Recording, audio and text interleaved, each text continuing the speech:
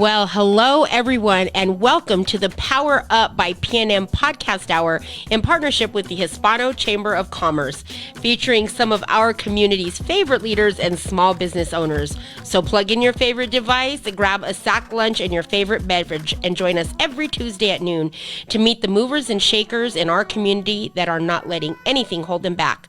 We are here to inspire you to continue to grow and scale your small business venture. Don't forget to call us at 505-842-9003 for all of your PPE supply needs. And for this podcast and any and all other information about the Hispano Chamber of Commerce, visit us at www.ahcnm.org/chamber chat. We'll give you another minute if you are joining us live.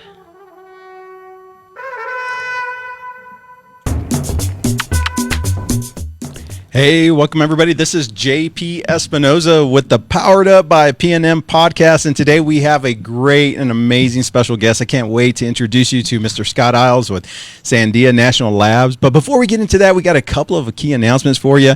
We have the Chamber events, the El Portal membership orientation happening Friday, June the 19th at 10 a.m. to 12. It's going to be done online, so make sure that you register. In addition, we have the Storytellers with Ryan Montano on Friday, June 19th from 6 p.m. to 8 p.m. You're not going to want to miss it at Hotel Andaluz. That's going to be a really great event. That's a great place to bring your family out and spend some time with some amazing people. Now, if you're also in need of some PPE, the Chamber is your provider for your PPE, but there's a couple of qualifications. It's Monday through Friday from 9 to 1 p.m., but here's the qualifications. Number one, you must be a business under 50 employees. Number two, you must operate your business within the city of Albuquerque or the Bernalillo County limits, and you must provide your business information. You register online, and when you do that, our staff will be ready to serve you right here at the Chamber. Now, for all of our events happening at the Chamber, make sure you go to ahcnm.org, where you can learn about all the Chamber events, because there is something for you and your business, because we believe here at the Chamber that you are just one connection away from making it rain in your life, and we look forward to see your success. So we're going to get into today's Powered Up by PNM podcast with Mr. Scott Aeilts. Will you welcome our special guest? Scott, welcome to the show. Thanks, JP. Great to be here. Man, we're so glad that you're here. It's fun. Now, you've been part of our board for how long now? Gosh, 3.5 years, almost 4 years. Yep. Time goes by fast, doesn't it? Yeah, it does, for sure. Oh, man. Well, we're super excited because your contributions to the Chamber, both in your heart, your spirit, along with what Sandia National Labs has done for us, has really helped transform who we are as an organization. Well, anything I could do, Sandia has such a reach here in the community, not only in Albuquerque, but the state of New Mexico. Yeah. And we look at ourselves as more than just the missions we provide, but the communities we live in. What can we do to help those local small businesses, right, and in the areas we live, thrive? And so we take that very seriously, and we're committed to that. So Sandia National Labs, this is pretty powerful. I went to an event, and I believe the director was speaking, and they were talking about how Sandia National Labs plays an integral part of the United States security and just all the really cool things that are happening. Yeah, so, when people think about us, they think immediately nuclear weapons. And right. Certainly, we're one of the design agencies within the National Nuclear Security Administration, which reports up to the Department of Energy. And we're what we call a semi-autonomous agency. So we're an FFRDC, federally funded research and development corporation, that has the responsibility to provide the government independent assessments, not only on a nuclear weapons programs, to make sure they're developed, they're sustained, they're maintained, they're safe and reliable, that they'll always work when we need them, and they'll never work when we don't want them. But we also do a lot of things in environmental areas, supercomputing, the grid. It's just amazing the diversity we have at Sandia. And I tell people there's probably not a week that goes by where I don't find out something new that we do. And it's just an amazing collection of a portfolio of what we do for the government. Wow, that's pretty amazing. So what exactly do you do for Sandia National Labs? Yeah, so I report to Dr. James Peary, the laboratory director, and I have 10 peers that are what we call associate lab directors. Mm-hmm. And so I run primarily most of the business areas, so the CFO organization, which think of all the typical accounting, the payroll, all of that good stuff. procurement. So we have a big outreach program with the Chamber in Albuquerque Right. here regarding the procurement organization. And that includes shipping and logistics and storage, program planning and control, or think of program management office. And then we have an organization which is led by another chamber member, Joan Tafoya, called Business Excellence. And that's where we focus on contractor assurance, quality assurance, and what we call our lean enterprise initiatives, such as management operating system, lean leadership, things like that. So quite Wow. a diverse portfolio of activities underneath me. Now I got to give a shout out to Joan. She is one of my favorite people on the planet. Yeah. She's brilliant, and she's certainly a huge contributor to our community, to our chamber. Joan has been, such a breath of fresh air bringing her to Sandia. So when I came 4 years ago, we looked to bring in some external talent to help us accelerate our lean journey. And Joan had worked at Intel for the longest time as an executive. And she's taken what we did before, which is a lot of good work, and put it on steroids and delivering a lot of great results. She keeps us on our toes, that's for sure. She's brilliant, and she has a heart of gold. And so, Absolutely. that just kind of showcased the leadership between you and Joan. I haven't met a lot of your other staff, but I would imagine they're equally as qualified. Just amazing. We have a high, Sandia is a lot of folks that grew up in the Albuquerque area. We send them back for advanced degrees, masters, or PhDs even in some of the business areas. So they're a highly educated workforce and dedicated to what we do, and they love Albuquerque. And I think because of that tie, it makes them, employees that give maybe even a little bit more than you would see in other commercial corporations. Right? Yeah, absolutely. So, Sandia Labs is a really cool concept, and that most people talk about, but they don't know a lot about it. But most people I hear people like, I got into Sandia Labs and I got a really great job there. And it seems like when you employ people, they're lifers. Yeah, if you think about, in the last 4 years since I've been here, we've grown our funding from roughly $3.3 billion up to about 4.1. So Wow.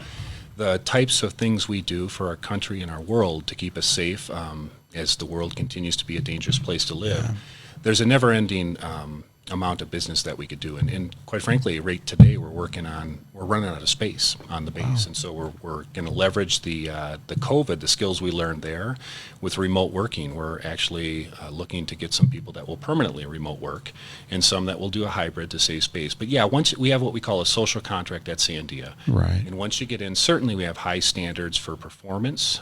We evaluate that on a yearly basis. We calibrate our employees relative to each other. And so we don't just give away A's to the folks. Right. We rate them fairly hard and push them and challenge them. But there is a very secure environment there, and it is a great place to work. Well, rightfully so. And the national security is on the line here. So That's right. And there's not, like I said, there's not a day that goes by that something that we do at Sandia isn't making an impact in our country. how did you get started at Sandia Labs? And because you moved up the ranks. I mean, it sounds like you hold a pretty high position there. Yeah, so my career started out, I guess, back in college. I was an undergrad in accounting, did the public accounting stint, and then quickly transitioned over to aerospace and defense, and have spent my last 25 years in the defense area, in national defense. And I worked prior to Sandia at a location within an NNSA, Kansas City National Security Campus. And then these contracts every so often come up for bid. And Honeywell, who runs the Kansas City plant, put their name in the bid this thing and put in the proposal, and we won it. So 4 years ago, we all came in as a new leadership team and basically replaced the previous one who did a great job. But the government, they look for different things in those proposals as to what can we bring to the table versus what the previous team was. And we were fortunate enough to win that and been here ever since. Wow. So you've been here in Albuquerque for about 4 years now, huh? 4 years. A little over 4 years. Yeah. That's awesome. Yeah. How are you enjoying Albuquerque? We love Albuquerque. My wife and I were getting to that age where we're thinking about where would we retire. Sure. Right? And when we first came to Albuquerque, it was like, it probably wouldn't have come to the top of our mind. Sure. But when you think about the beauty, the culture, the weather, and you start to put the criteria as to where you would want to retire, this is going to be one of the places we will consider heavily. There's one thing I always talk about Albuquerque, and if there's a tagline I have it, we're New Mexico proud and New Mexico strong. And, I came to that conclusion because, I've lived here 6 years now, and you cannot find a better place for weather, community. It's just amazing. Right in our backyards is Sandias. You can go on hikes. Within 10 minutes of where we live, we can be up in the Sandia foothills. Yeah. And it's like you're in a different area, right? It's so quiet Yeah. and peaceful, and if you enjoy the outdoors and being active, this is a great place of the country to live. Man, that's amazing. I'm so glad you're a big fan of Albuquerque, because as am I. Albuquerque is beautiful. New Mexico is beautiful, and so we're glad that you're here, and we're glad that Sandia brought you here. Yeah, glad to be here. So let me ask you. So when you begin to look at Sandia Labs, I guess there's a lot of people who are wondering, like, how do they apply for a job? There may be some business owners out there who say, maybe I want to get out of business and go work for Sandia. How do they do that? Yeah, well, certainly our postings are out there, and we are going to have some competition once we come out of COVID. I think we're anticipating that as the world becomes more mobile, Right. some of the folks at Sandia that have lived and worked here for a long time have different options. So keep looking at the various job posting sites. Contact Sandia. Look at our internal website or Sure. external website. You'll see the job listings out there. And we certainly have, attrition right now is running about 6%, which is a little bit lower than what we look at industry standards. So, Right. Just look at the external website for those jobs that'll be posted out there.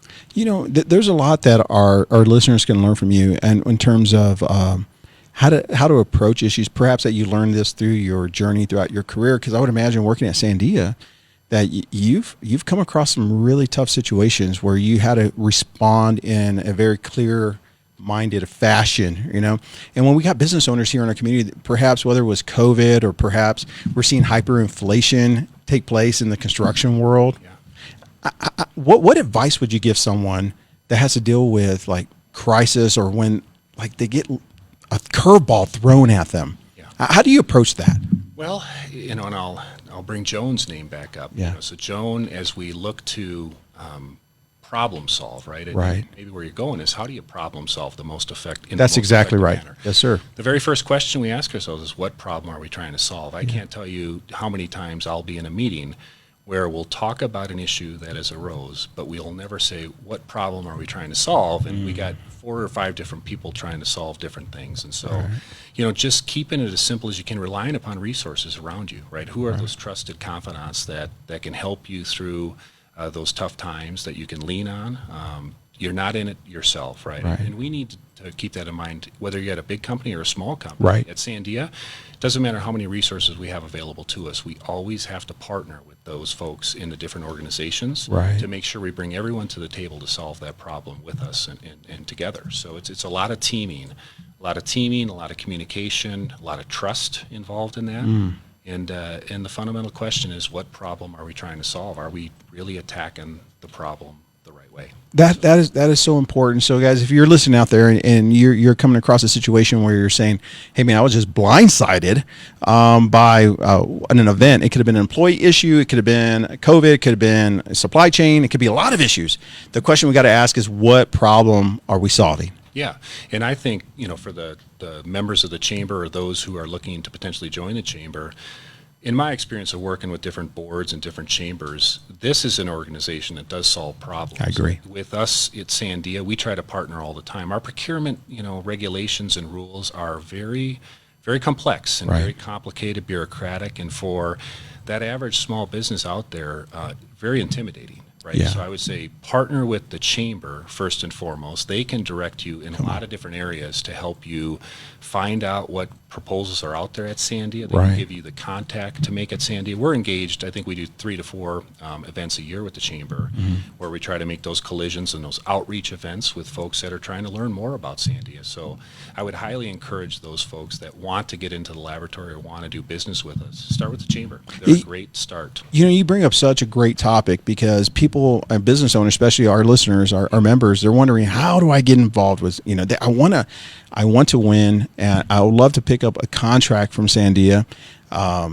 And so if they just start here at the chamber could actually be the go-between, huh? Yes, absolutely. And I think that the questions that, if I were a small business looking to get into Sandia, I would say, okay, what capabilities are you looking for? What subcontractors are you looking for? And it runs the gamut. IT type services to tooling type services, and challenge us to give you a forecast of the future. What business is coming on the pike? I think these small businesses could retool themselves Right. relatively quickly and without much expense, and really be more marketable to Sandia. Right. And a big aspect of it is really, how do they complete the proposal, right? Like what goes into that. There's some basic training that we can do. Right. And I know the chamber also offers those services as well. Right. So, it's interesting. So, when you're talking to a small business here, we have small, mid, large companies that are members of the chamber. There may be this false belief that our members say, I'm a small company. I have 1, 2, maybe 3 employees, or I may be a solopreneur, or it's just me. Yeah. Are there opportunities at the lab for people with, less than 5 employees? There are. I think usually, though, when we're looking to get a subcontractor coming in, we're looking for a little bit of scale. Sure. But I think there are. It's just going to be a little bit more challenging. Gotcha. And again, what I would do is that very question, JP, is something that they should be asking the chamber to connect with Sandia or get that name from someone at Sandia in our procurement office, and they could answer that question. They will have the listing of all the proposals that are out there, and we know exactly what the amount of those are going to be and how many employees we're going to need roughly to execute that. Right. So, I can't answer it exactly. Sure, so no, I understand. I would ask that question. When in doubt, ask the question. And I think when you make that contact within Sandia, you've got a number now, and you can call one of our 7 small business advocates, or whenever you want, or email them, and they'll be more than willing to help you. Oh, that's going to be really good. So, ladies and gentlemen, if you're wondering how to do business with Sandia, contact our team right here at the chamber. Also, we have our procurement series coming up. This will be a really great opportunity for you to get involved with, to understand how procurement works, the ins and outs. I believe it's a 12-week series that we take a person from no knowledge on how to do business from a procurement standpoint with big organizations all the way up to hopefully landing their first government contract. Yeah, and just to continue on that, I mean, if you write down one email, write down supplier@sandia.gov. If you send an email to that, any question you have, we will respond to it within 48 hours. And that'll be the start. That's a way into the laboratory as well. Oh, that's going to be great. We see so many businesses who partnered with Sandia and they really got their start, whether they maintained a contract or whether they were they are current contractor. We've seen so many businesses create stability. One of the things I believe in business is that there's 3 steps for success, and number 1 is stability, right? So early on in my career, I landed my first government contract working with municipalities, and that allowed me to create stability. It allowed me to create cash flow to pay for my employees, and then this is what was really interesting. It allowed me to build capacity. Yeah, and I think to build on that, one of the things, if you get into the laboratory and you get a subcontract, the 2 things that you have to focus on are safety and security. And we will walk you through that.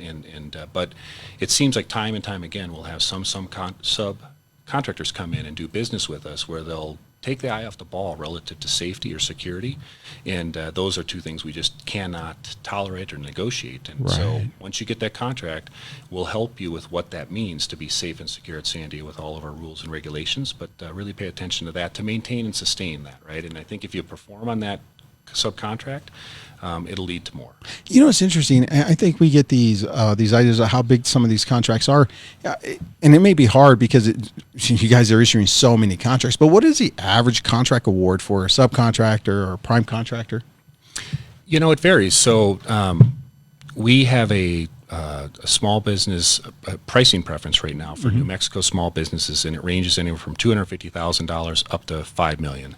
And so that's what we give to New Mexico small businesses, to give them, if everything else is equal in a competition, past performance, their capabilities, and all of those things, and they meet the requirements, we'll give that head nod to the New Mexico small business to the tune of 5% on their costs. Wow. But it varies across the board. I would say the average size, we monitor procurements greater than $250,000. We look at our cycle times and how fast we do them in less than $250,000. But I would say, the vast majority are right around that $250,000 amount. Does Sandia have a goal amount that they're trying to issue to local businesses in New Mexico? Yeah, so when we came in, we had a contractual requirement to increase our small business participation rate. And when 2017, the small business participation rate at Sandia was 48%, and we're now at 63%. Wow. And if you take into consideration the fact that I said we grew our top line from $3.3 billion up to $4.1, we've not only increased the small business participation percent, but we also captured that as well. And in New Mexico today, we do about $550 million worth of business with New Mexico businesses, both small and large. Come on now. So yeah, it's a good number. Yep. Man, that's great. Well, I tell you what, this is so good. We're going to go to a commercial break, but I just want to take notes. Scott, can you give that email one more time? supplier@sandia.gov. Man, this is great. So if you're interested in learning how to do procurement with Sandia, make sure you write down that email address because you're not going to miss those opportunities. Don't forget to to come to the chamber for our procurement series so we can show you how to actually remake at Sandia and make those connections. But when we come back from commercial break, we're going to learn about Scott Aeilts, the man, the myth, the legend. We're going to learn about him, about his family, some of the things that are passionate about him. But let's go to commercial break just for a moment. New Mexico has long been a land of potential. We could be this, we might do that, someday. For renewable, affordable energy, someday is today. The PNM parent company is merging with Avangrid, a national leader in clean energy. We'll continue to invest in technology and energy infrastructure benefiting the state. We'll make 100% carbon-free energy by 2040 possible, while keeping bills affordable. New Mexico is more than a land of dreamers. We're doers. Awesome. We're so glad that you guys are tuning in to this really amazing podcast where we are with Scott Aeilts with Sandia National Labs. He's just unpacking so much wisdom on how to do business with Sandia. You're not going to miss this. So make sure if you missed that first part, you're going to want to definitely listen to that replay because there's huge opportunities. But right now we're going to learn about Scott Aeilts, the man, right? So Scott, where did you grow up? So grew up in St. Paul, Minnesota. Come on now. Yeah, Vikings fan. Yeah, no doubt. Say that's pretty cold up there. Well, it's really cold. So we moved from Minnesota, my wife and I, high school sweethearts, and we moved from there to Phoenix. So one extreme to the other. Woo. And lived in Kansas City and now New Mexico, which again, as we talked earlier, it's maybe the more optimal climate of everywhere we lived. So. Oh man, that's great. So you high school sweethearts, huh? High school sweethearts, yeah. Been together about 35 years, married 26. Wow. That's one thing that you and I have in common. I married my high school sweetheart as well. Mm-hmm. And once I held on to her, I was like, I can't let her go. It was really funny. I had this friend of mine who says, JP, I didn't realize that Hispanics believe in arranged marriages. I was like, what are you talking about? Why would you say that? And he says, because there is no way Ruthie would have picked you on her own. That's right. When you find perfect, it's good enough. Right? Come on, man. I know that's right. So what's your wife's name? Lisa. Lisa, do you and Lisa have some babies? We do. We got 3 children. 2 of them are in college. And they're doing their summer thing now. And then my daughter, so those are 2 boys. Yeah. And then my daughter, who's the boss of the family, she will be a sophomore in high school next year. Oh man, that's I bet you that's a lot of fun. It is. It keeps us busy, right? So growing up, we're through the sports phase now, and that kind of controlled our life, for their formidable years. And now my daughter, she's into dance, and she's been still dancing through COVID, but looking to get out there and do some competitions. So we'll be busy again. Oh, I hear that. And to move your family around the country almost, that Lisa and family has gone through a lot through your career. Oh, they have, and it's the early moves were easier, right? When the kids were I guess 6 to 9 years old. Yeah. This last one was a little bit tougher. So we came to Albuquerque, and my older boy was going to be in a senior in high school at La Cueva. And the good thing there is both boys went into sports immediately and were able to make those connections. And it seems like athletics transcends a lot of things, right? Or whatever activity you're in. So.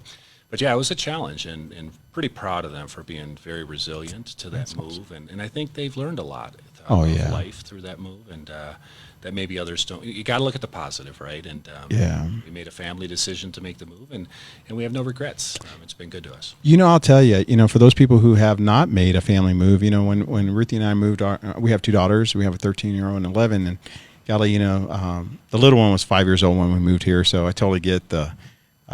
When they're smaller, they're easier. It's easier on them. But what's interesting is that when we moved here, there was something that we did not expect. We got closer as a family. Yeah, and that's the one thing. That is our unit, right? Right. So, when we moved to Phoenix, it was a much different environment, more transient.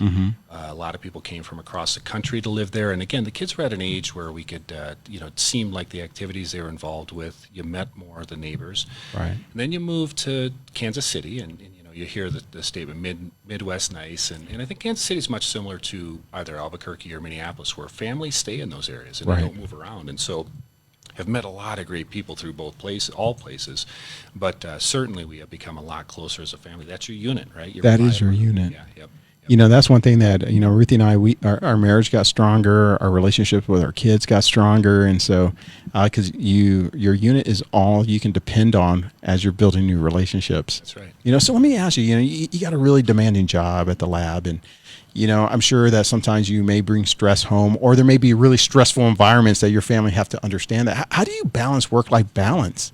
Yeah, I think it kind of gets to a little bit of my leadership philosophy. Sure. And if I can't get that right within the walls of Sandia, I think the rest of it becomes really hard. And, I try, I don't know how successful I've been throughout my career, but I try to hire the best people I can. Yeah. And I think it's cliche, but, I really look at my past performance to say, are those people that I hired, are they getting promoted? Are they advancing? Do they take my position when I leave a location? Right. And if I can do that right, we spread effectively the pain out, right? And I Yeah. can rely upon them. I can delegate to them. I don't need to micromanage. I trust them and don't expect perfection, but hire in the best people I can, especially at the scale that I'm at right now with the job at Sandia. If I didn't have that, it would be really tough at home. And then I think you have to be intentional about taking those vacations and, Yes. and unplugging, right? And Sandia is excellent with that. I mean, my boss, Dr. Peary, it's family first with everything, and he's made no mistake about that with anyone, with myself or my peers, that if something comes up, you take care of family first. And so that really helps, knowing that you have an employer and a boss Right. who really not only say that, but they act it as well. So. Let's go back to your leadership philosophy just for a moment, because you mentioned that you really empower your people. And I'm going to throw a curveball at you here, because sometimes our small business owners, they don't have a budget to go out there and hire a lot of people, or perhaps someone who may work with a company for like 10 to 15 years, and maybe they're not the right person, but they can't let them go per se, because it's their family at that point. Yeah. I see that a lot with people that I work with. But let me ask you this question. How do you go about empowering your people to make sure that they can fulfill the job? Because that is leadership, when you're empowering your people. Yeah, I think it gets down to, you create a culture that risk taking is acceptable, Right. and failure is also acceptable within limits, right? I mean, certainly we don't want to see the same kind of things occurring repetitively that we Right. should be able to avoid, the avoidable kind of crises, but you got to give those people, I think our job as leaders is to develop those folks that don't think they're capable of the higher reaches that they that's have. good. And you're only as strong as your weakest link. My staff gets really tired of me using sports analogies, but Sure. if we don't have a forward on a team that's capable, we all got to do what we need to do to lift them up. So I look for people to the left and the right of those folks to help build them up as well. And That's good. And as I said, I strive to hire those folks. Haven't Right. always been successful, Sure. but I think there's a human element to it as well, right? And we have, and that's what makes Sandia with the social contract, very enticing for folks to work at. We will develop them, right? We will Right. get them training, and we will invest in them personally. I have a very young staff right now, and so I'm spending a lot of my time really investing in them, and it's Right. rewarding as heck, and they're super highly competent and capable, and the sky's the limit of where they're going to go. I think it's just my job to make the connections for them, eliminate the roadblocks, give them the tools that they need to be successful. And I think back to your, the small business that, they don't have that option, Yeah. to have that, the number of folks that I do. I would just encourage them to, be patient. Yeah. People don't come to work every day trying to do a bad job. They really want to do a good job. And how do we connect with them? And what help do they need to develop themselves? And I think that will require more skin in the game for a small business. Yeah, no doubt. And going back to what you said in our first segment, that when you start with a problem, and you empower those people to solve that problem. And, one thing that I had to learn in my leadership is that I had to give them room to run and the grace to fail, and just know that, hey, they're okay, Well, and that's, one of the things I do with my folks that report to me is I try to give them what we call high heat assignments. And if I can get my staff to operate amongst my peers and my boss, where they're going in the boardroom, Right. they're making presentations of initiatives we're working, to feel a little bit of that heat. Yeah. That develops some much quicker than anything that we try to do that's success oriented, and we know that we go into that with a certain level of tolerance for failure. Right. And it builds character. Sometimes doesn't feel very good, but we all get better for it. And I think that's also part of the recipe for how do I deal with balancing home and work. Is again, who takes the high heat assignment? What does that look like? What's the opportunity for failure? A little bit there. That's good. You know, what's interesting is about when you're in leadership as an employer or manager, depending, whatever role our listeners may be listening to or may be in at this time, tough conversations are always awkward, They are always awkward, but what I find is, the old adage, bad news doesn't get better with time. And I think we owe it to our employees to be very frank with them. And if we're not in it to win it for them, then we're probably not doing our job. So, I've had to have many tough conversations with employees, very frank conversations about blind spots. Yeah. I've had conversations with my boss about my blind spots, right? So I've been fortunate to be trained and have worked for some very good leaders in my career that have taught me a lot about it. And one thing that I try to stay true to is that frank conversation has to happen early and often, and as close to the incident as you need to give direct feedback specific to the event that you saw for them to improve. And so, straight talk. I struggled with that as a leader because I didn't want to hurt anybody's feelings, and it was just one of those things where it was just really awkward for me. And one of the things that I found that worked for me is I really led with expectations, Yeah, and certainly that's part of it, right? Like what are we trying to strive for as a unit with my immediate team? And then I think there's got to be a huge element of trust. Right. I'm reading a book right now, Patrick Lencioni, all Sandians are actually, it's called The Advantage. And it talks about a smart organization and a healthy organization. And that the smart organization are those organizations that, do engineering really good, do payroll really good, do all the business stuff good, and they're very educated. The healthy organization is one that is based upon trust.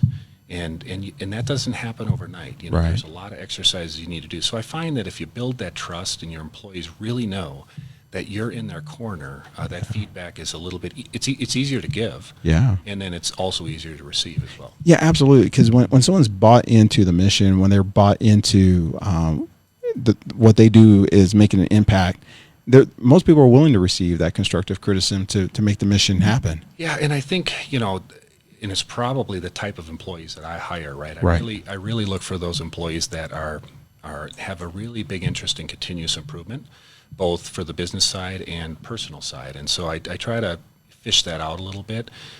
With my style, I think, it probably fits well with my style of trying to do a little bit better every day. It doesn't need to be this step function improvement, but come to work every day. How do we do just a little bit better than the day before with reasonable expectations? So, I certainly know that that's important to me, and I probably hire a lot of people that meet that characteristic. You said something interesting about a healthy organization. How do you know when you have a healthy organization?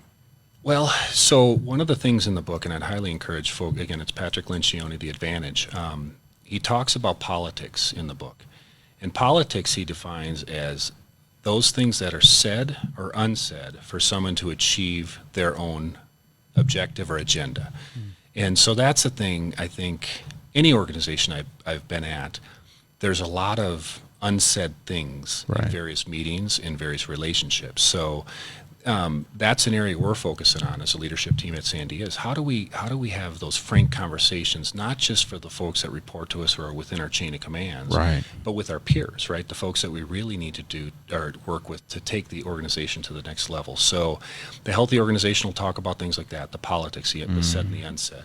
It'll talk about, just making sure that there's the emotional, it'll focus a lot on emotional intelligence versus IQ side of things, right? So, there's a very prescriptive description of it in the book, and I'd encourage everyone to go look at that. Yeah, it's called The Advantage. I want to definitely get that book because I'm always a student of leadership organization and trying to really serve the people that I have the opportunity to lead at the highest level. And running a healthy organization will lead to a profitable organization. Absolutely. I think, and we could talk diversity and inclusion later on, but certainly that's an element of it as well, right? We are very proud of what we've done at Sandia over the last 4 years in our I&D space. And, one of the things we have in our baseline plan in my area this year is without the I, the D, you could bring in all the D you want, but if you don't have the I, within your organization, you really won't maintain and retain the diverse workforce that you want. And so,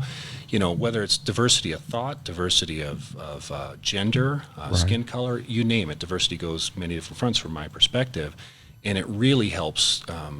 I don't want to work with people that are all like me. Right? Yeah. That would be boring. Yeah. And certainly we would get a lot of the same results. So I think that's an element of a healthy organization. One of the things we focus on at Sandia as well is issues escalation.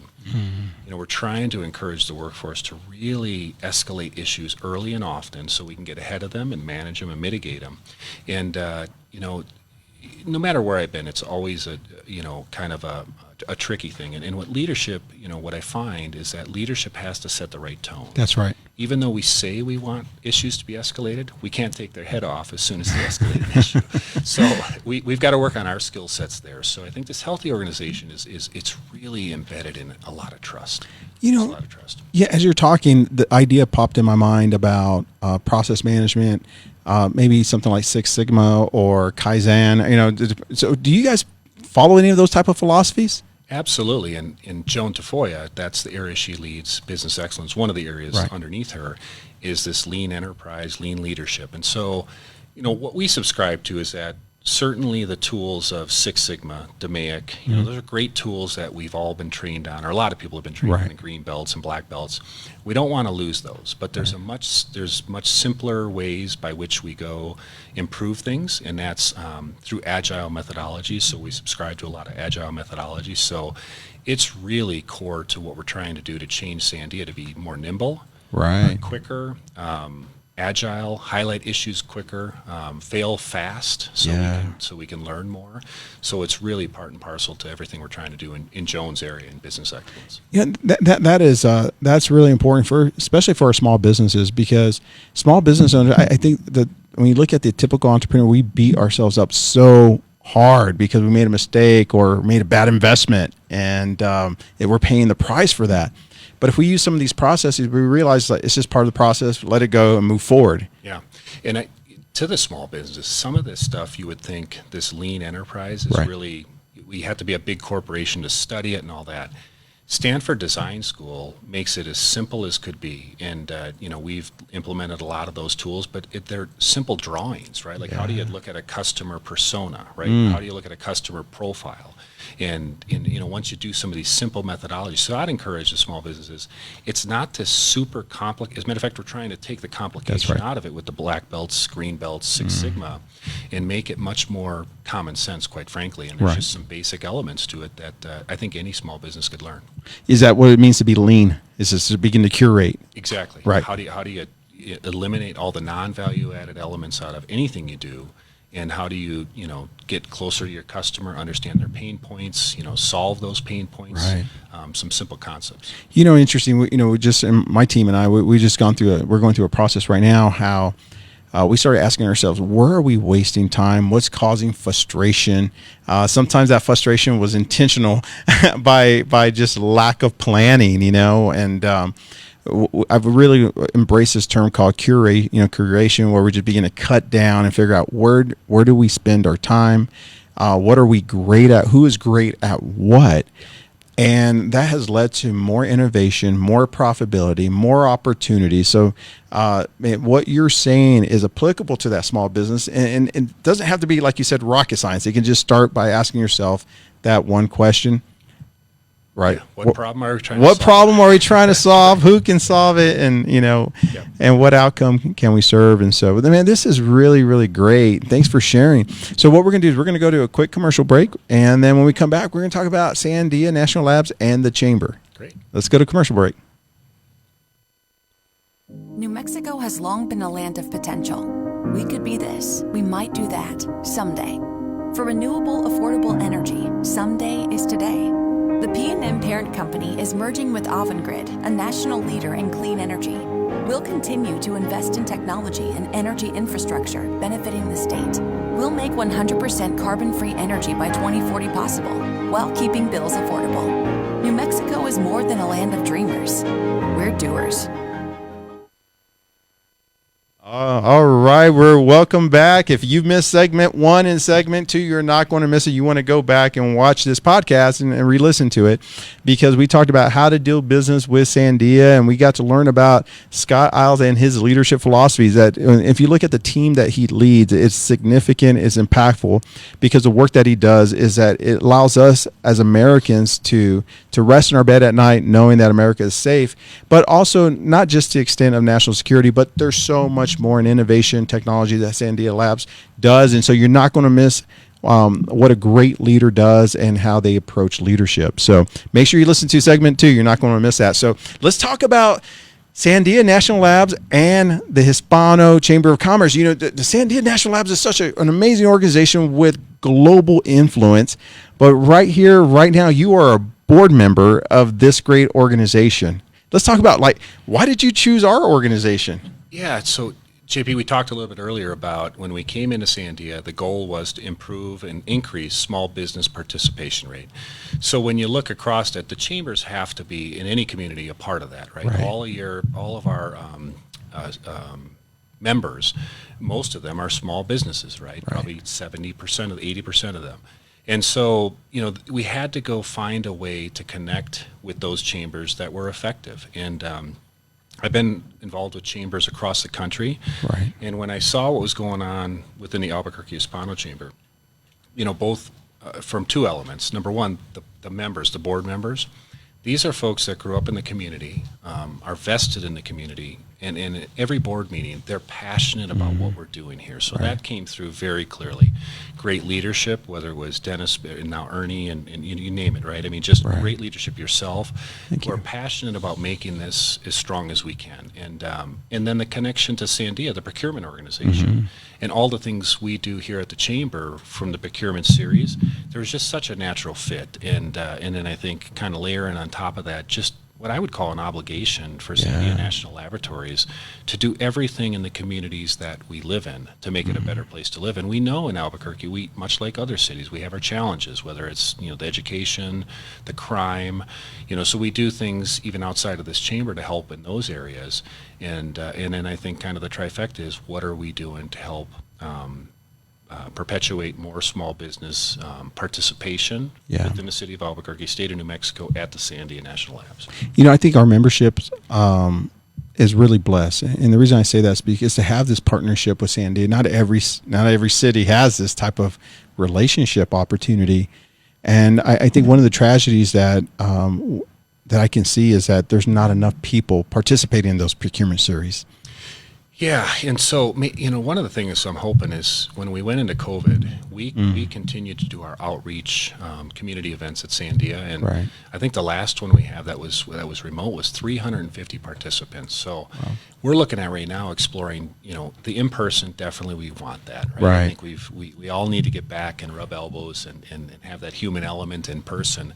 But we're also looking at, for those businesses or those folks that don't want to make it down to that event, can they still kind of see it on Facebook Live or wherever, right? How do we still reach that side of it and learn from what we did over COVID to capitalize on that? But yeah, I mean, we're going to continue with our internal and external outreach programs at Sandia. We're going to continue to engage with the chamber and other chambers within Albuquerque to continue to innovate and reinvent ourselves. We're trying to go on a mission right now to say, even though we've gotten to where we're at, we don't want to lose that position. That's right. And certainly we need to be careful to ensure that the small businesses we do bring in can do it safely, securely, and in a quality manner, and at appropriate cost. But we're here to stay. Sandia is not going anywhere. The Hispano Chamber is not going anywhere. That's right. I think this partnership, with myself and Joan, now in her time here, she is an invaluable asset. She knows kind of a little bit more of the inner workings of Sandia, who to make connections to within the chamber, and she knows a lot about the chamber, right, and what we've done. She's grown up here in Albuquerque, so I think it's just that relationship's just going to get stronger. You mentioned relationships. Relationships are so key. How has the chamber impacted your ability to form or establish relationships within the community? Yeah, I mean, had it not been for the chamber, I wouldn't have, met yourself, Ernie, and other folks who are very influential here. And out of those connections that I make, you can't even predict, at the next event we'll go to, what other connection I'll make. That might be a small business that has had a struggle to get into Sandy, and we can make that connection, or you name it. I mean, that's what this organization's about. The chamber is it's making those connections, right? Providing that training, getting the resources that they need to help the small businesses survive. One thing I love about the chamber is that we embrace a spirit of seeing people succeed. We want our communities to succeed. We want people to thrive. And, one of my personal missions in life is help people build generational wealth. I love that mission because I grew up so poor, grew up in the Houston barrios.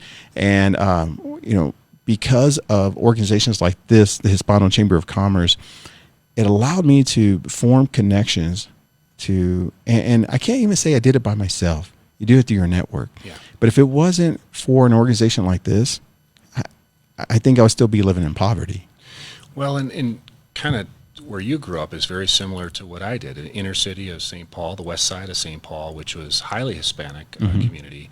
And some of my greatest influences to this day were the coaches that coached myself and my brothers. We hung out at a place called Neighborhood House, all the little community centers, which was our form of the chamber, right? That's where we make connections. That's where, had it not been for those locations, growing up through our youth, I don't know where it would have went. Right? Come on, they were man. a positive area to go, and the sports were a big component of it. Yeah. Right?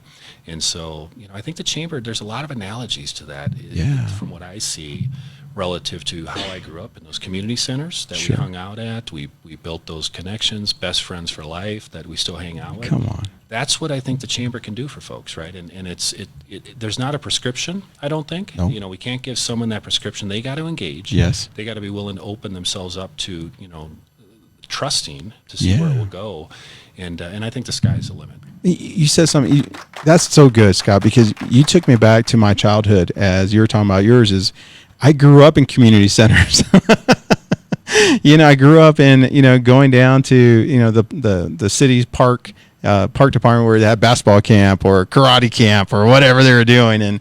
And you said something that was so powerful because it was through those organizations I understood what it means to form relationships with people I didn't know, learn from people that I believe at the time they had my best interest. They wanted to see me grow. And if you take those same attributes, that's exactly what the chamber is. Yeah. It is. And I'll tell you a little funny story. My brothers, I'm the youngest of four boys and the shortest. So I'm 6'5". I got 6'9", 6'8" brothers. So all the hand-me-downs when I grew up, sports was really important where we grew up. And especially the community, the pride within our neighborhood versus others. The hand-me-downs that I'd get from my brother, I'd save all their tennis shoes, and then I'd go bribe some of the folks in the neighborhood who were the good basketball players to say, "Come on our team," and I got a pair of shoes for you. Right? But that's kind of how we grew up, right? It's those connections, and it's as simple as it may seem. I think that's life, and I think the chamber is such a reflection of life in these communities, and how we partner, how we support each other, how we have each other's back, and I look at the issues we have in today's society, and we never had those where we grew up. Certainly we had some of those, but we all were in it to win it for each other, and we had to fight. We had to fight for everything we had. I believe that everybody, if they haven't had the opportunity to be on some type of team, whether it's sports or some type of, I was a big ROTC guy growing up. And so having that esprit de corps, that's something that you believe in. But, I believe by people joining the chamber, they can be part of that team because we're building something great. Scott, you've just shared so much wisdom with us today. We're so excited to have you on the show. And I hope that you have the opportunity to come back on some of our future shows. But man, I appreciate the work that you do in this chamber because I love listening to you speak in our board meetings because every time you speak, I stop and I listen because I know what you have to deal with. Well, I may not know exactly what you have to deal with, but I understand the issues that you're facing are not just relative, but they're real and they have dramatic impact. And so I just want to say thank you for your wisdom Thank you for your contribution to this chamber. The chamber is stronger because of you, and I just want to say thank you so much for coming on the show today. Well, thank you, JP. It was a pleasure being here, and my favorite interviewer is JP. I think you do the best job, so thank you. And anything we can do at Sandia, I mean, feel free to let's keep talking because, as I said, I think the sky's the limit in terms of what we can contribute to the chamber and its members, and we're off to a good start. So let me ask you this one last question as we close. If there's one word of encouragement or something you can let our members know, how would you encourage them? I think they have relative to Sandia, right in your backyard is a treasure trove of opportunity. Yeah. And find a way, whether it's through the website I gave you earlier, or through the chamber or various other aspects, find a way to figure out how do you, as a native New Mexican, someone who lives in Albuquerque and wants to be part of this community, how can you continue to fight? Don't give up on this bureaucratic way we do business, because a lot of people have figured it out, right? And we've grown that small business base tremendously over the last 4 years. So a lot of people have figured it out. Don't give up. There's a lot of opportunity out there at Sandia for these businesses who want to work for it. Thank you so much, Scott. Thank you for being with us today. Yep. Ladies and gentlemen, what an amazing show. I hope that you listen to everything that Scott has to say, because what he just shared that can really help you grow personally and professionally. We are so excited because the things that we believe here at the Chamber, we believe that we're one connection away for you thriving in your business. We believe in Albuquerque. We believe in New Mexico. And that's why it's so important to be a part. There's one thing that Scott said in his message, and he used the word engagement. That word stuck out to me because without your engagement, the chamber's weaker. But with your engagement, we're stronger as a community. So we encourage you to get involved in Hispano Chamber of Commerce and all the wonderful things that we got going on. So ladies and gentlemen, until we see you next week, I hope you have a great day, and we look forward to seeing you succeed. Signing off.